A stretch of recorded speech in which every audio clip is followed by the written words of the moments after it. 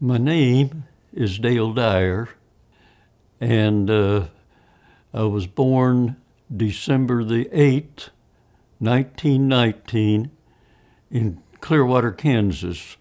And today I live in Blue Ridge, Georgia. I have lived here since 1947. And we were transferred to Orangeburg, South Carolina. That's where I ended up. And that was our primary training, flying training base. And Orangeburg was a field, and they didn't have any pavement on the field. It was all grassland, and we were flying PT-17 Stearman biplanes, open cockpit, and that's where we had our next 2 months of training in that. And we were there up one day and with my instructor, and our instructors were civilian pilots. And mine was from New Jersey at that time. And we'd been out, and he had me doing figure eights. That's flying about 800 feet above the ground, and they'd pick out 2 points, and they were pylons on the ground, and then we'd fly figure eights around those pylons.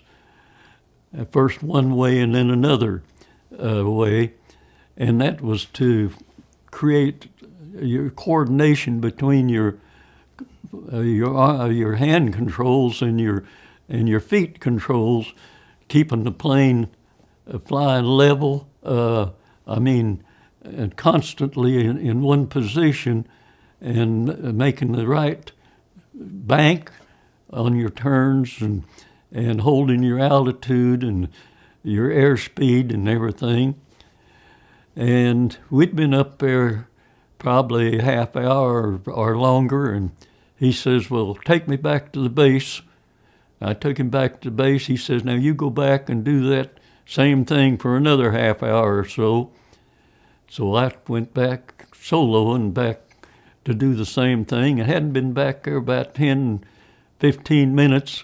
All at once, all this oil come out of the seal of the propeller shaft. Evidently had come apart or something, and it just sucked all the oil out right on the engine, and all the smoke and oil all over me. And there I was, just about 800 feet above ground, and of course we had parachutes on, but that was a little bit to try to bail out at that height. And I looked out, and the whole area was nothing but woods. It was a very heavily wooded area, and I knew the thing was going to freeze up right away, and then I had to start looking to see where I was going to try to fly that plane into the trees or whatever. And so I started letting down, not losing too much speed because the engine quit on me. And I started gliding, and just as I was coming down, a little cotton field, about 4-acre cotton field, was right in front of me, and I cleared the trees and landed, and I stopped short about 30 feet from the end of the field. Time I got the plane stopped, dead stick. We were sent to Columbus, Mississippi, and we were flying AT-10s, Cessnas, twin engines, and AT-9s, Curtiss Wright airplanes. The AT-9 was a little hotter airplane. The AT-10s, we got in another 65 hours, and when we finished that training at Columbus, Mississippi, that's when we got our wings. And my mother lived in Kansas. She was notified, and she came down and got to pin the wings on me at the ceremony at Columbus, Mississippi. We were shipped out of New York Harbor. We were crew number 13, and we left from pier number 13. I have nothing against 13. It was the third largest convoy that they said ever went across the ocean, and every place from our ship we could look, there was ships all around us. Some naval ships protecting us and so forth. When we'd moved into our barracks in their quarters there on the base, when we first got there, as soon as was moving in, why, the fellows around, they come in to introduce themselves, and we chatted. And when they got ready to leave, one of them piped up and says, "Boys, we sure hope you have better luck than the last 3 crews that was in this room." I says, "What do you mean?"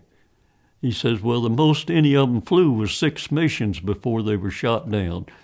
So that was our introduction to our quarters over there. We were lucky.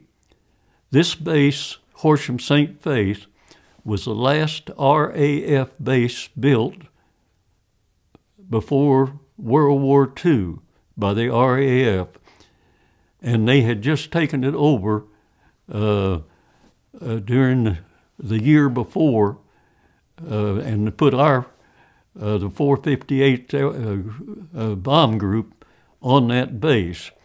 And that during the 15 months that the ARPA group operated out of that base, we lost 99 airplanes off of our base in 15 months. And normally the base complement was about 60, 65 planes that maintained there, but they could only get about half of those, around 30, 35, they could get into the air because they had to be repairing them or replacing the engines or time checking each thing. And so that's kind of what the situation was. We had several accidents that happened there. The Germans followed them back. They had a mission that went out late, around noon that day, and they got back at dusk, dark, and they was landing, and the German fighters had followed them back.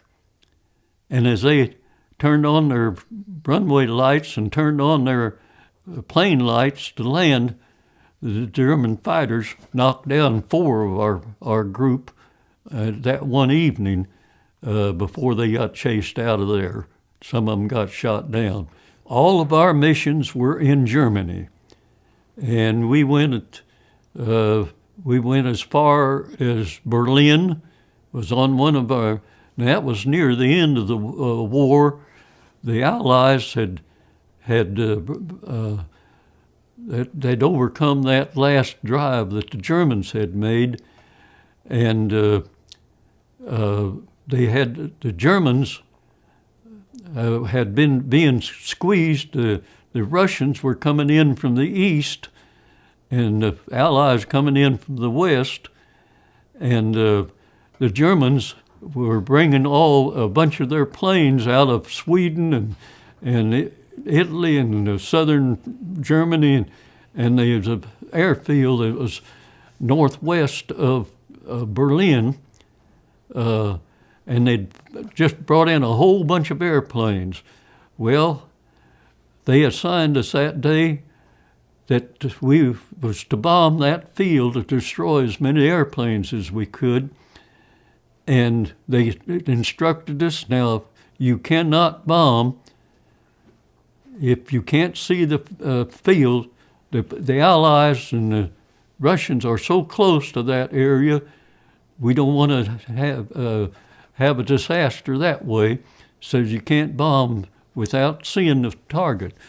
Well, all the groups in front of us and the groups behind us, it was cloud covered. None of them could see the field. just as we approached it, and we was right on target, and all at once my navigator and bombardier hollered, "Hey, we see the target. Let us have it. Let me have it." I flipped a switch where the controls went to his bomb sight, where he had to get the crosshairs on the target, and in 15 seconds, he evidently got the hairs on the target. Well, the group behind us, when they got up there, they could see the target and took pictures of the hits that was coming, that was being on the field, which destroyed the planes. But they couldn't bomb themselves because the clouds were moving and the opening wasn't right when they could bomb. Well, when they showed the pictures and saw what devastation we did, we ended up with a DFC. They said we were good, but we were just lucky. We flew 26 missions. We flew at least 4 missions besides over Germany, and even got flak. But the weather got so bad we had to turn around and go back. But as long as you didn't drop bombs, you didn't get credit for your mission. And we had 4 missions that we didn't get credit for. First boys that went over there, most all the targets were in the French and the Belgian areas. The Germans had occupied all of that. And the Germans had all their fighters, and they were just, it was terrible on those boys. If you flew 11 missions, you were flying on somebody else's time. And at the time that we were flying, we had 1 chance out of 3 of completing our missions at that time. But they was even much worse at the beginning. If they had got 20 missions, they could come home. And not many of them got 20 missions. I remember all the boys in my crew. My co-pilot was Dean Marshall. He was from Kearney, Nebraska. My bombardier was Don Crick. He was from Kearney, Nebraska. My navigator was Stanley Dyer. He was Polish, from Milwaukee. My radio operator was Chester Kiefer, and he was from Bryan, Ohio. My engineer was Leopoldo Gloria. He was Mexican. He was from Del Rio, Texas, originally. Had not finished high school, yet he went through all the training, and he was outstanding, and he was really a great engineer on my crew. And we were all just like family. For the period of time that we were together, we were so close. And then one of my waist gunners was Gino Scariot. He was Italian. My tail gunner was Frome, and he was from Chicago. And the English thought that anybody that was from Chicago was a renegade or a wild person. Well, he kind of was. He was kind of one of my wildest ones. Ball turret gunner was Hebb was his last name, and he became a railroad operator up in Maryland. I'm the only one in my crew that is still alive. My co-pilot, he and I was the last 2, and he died a little over a year ago. He was 6 months younger than I was. We kept in contact by phone and by letter over all the years that they continued on, especially Christmas. We'd all send a Christmas letter to every one of the other crew members, telling about what our families and our life and what we were doing and so forth. all of my crew, after we become a crew in Boise, Idaho, we had these leather jackets. And when we got over to Norwich, it's Horsham St. Faith, there was some boys that were quite good artists, and they were painting on these jackets, and we had them. All of us had pretty much the same thing. Basically, on the back, we had a B-24 dropping bombs on a swastika insignia, and so everybody kind of knew our crew because it all had the same type of jacket on the painting on the back. I had on the front, I had my town of Clearwater, and I had the name Jen, Jen, which was my wife kind of nickname. Her name was Virginia, but everybody called her Jen. I had that on there, and all of our insignias on our jackets. And we were headed to Ganderfield, Newfoundland from there, and it was an 8-hour trip. And then we got to spotting icebergs. We could see icebergs down there. At first we thought it was ships, and then we could decide it was icebergs. Well, then all at once we had a fire in the cockpit. They'd taken out one of the radios before we'd left England, and they disconnected one of the wires that evidently was still hot, and the thing had sparked out and caught some of the deadening felt in the cockpit on fire, so we had to put it out. Well, we'd already lost an engine, had to go back, and when we were real late. We were a number of hours late getting into Ganderfield, and they hadn't had any word from us that we'd had to turn back. They thought we were down in the drink. So when we landed about 10 o'clock at night in Ganderfield, Newfoundland, they told us that they was getting crews together to go search for us out there because they hadn't had word from us on our flight back. We were one of the ships that was missing. And